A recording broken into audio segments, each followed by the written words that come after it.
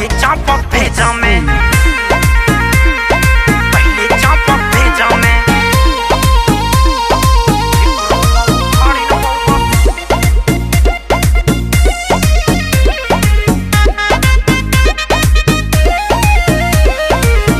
की जवानी बाटे खतरा सबके बनाया ही, एक रोआ उखाड़ी न पौबा सीना पे चापे चढ़ाया है, एक रोआ उखाड़ी न पौबा सीना पे चापे चढ़ाया है।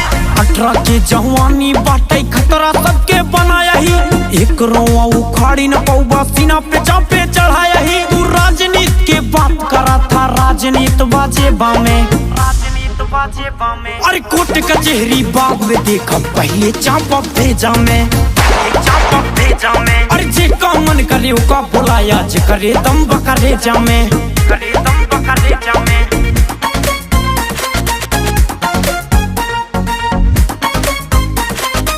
करे दम बकरे जा मैं।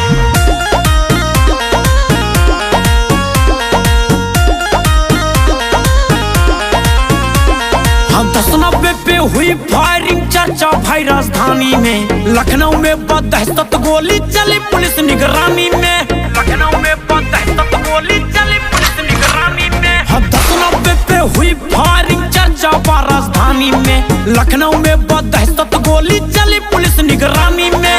देख ले भाई पावर हम तोहरे गुंडा नेता में। अरे कोर्ट कचहरी बाग में देखा पहले चापा भेजा मैं, चापा भेजा मैं। अरे जे का मन करे का बुलाया, जे करे दम बकरे जा मैं, करे दम बकरे जा मैं।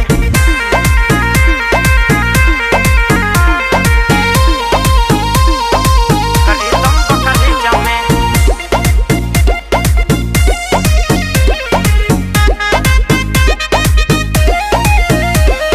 सामने ना नजर उठाई है चाहे जवन रंगदार रहाई, पीठ के पीछे करे बुराई सामने जय राम कहाई, सामने जय राम कहाई, सामने जय राम कहाई। सामने ना नजर उठाई है चाहे जवन रंगदार रहाई, पीठ के पीछे करे बुराई सामने जय राम कहाई। मौका बा सुधर जाना ता औ बा तू रगेता में, रगेता में। अरे कोर्ट कचहरी बाग में देखा पहले चापा भेजा मैं, चापा भेजा मैं। अरे जे का मन करे का बुलाया, जे करे दम बकरे जा मैं, करे दम बकरे